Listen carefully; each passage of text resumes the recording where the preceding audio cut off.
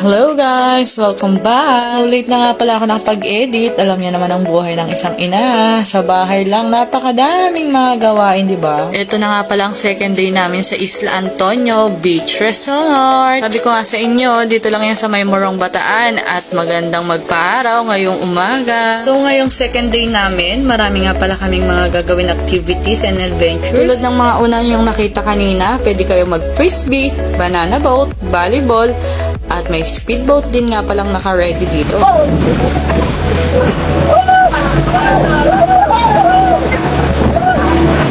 Siyempre, magpapapicture tayo kay Princess Jane ng The Boys Kid. Farm time din naman.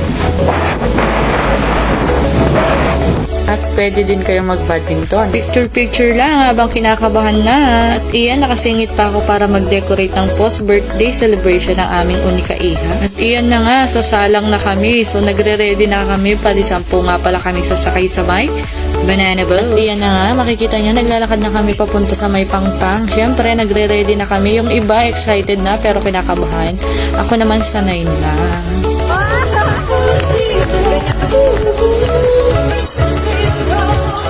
So, nasa banana boat na nga pala kami. Si Kuya nagtatangkang ihulog kami pero hindi siya nagtagumpay. Grabe talaga dito sa may Isla Antonio, may pa-live band pa. At hindi na namin napigilan mapainda habang nagsasayaw yung mother-in-law ko at ang asawa ko. Inaya ko na rin yung father-in-law ko para naman silang dalawa ni mother ang magsayaw. Mapapa-thank you Lord ka talaga. Day 2 pa lang, ang dami na naming activities at hindi pa nauubos yan. May day 3 pa dahil last day namin. Ang day 3 may mga gagawin pa kami.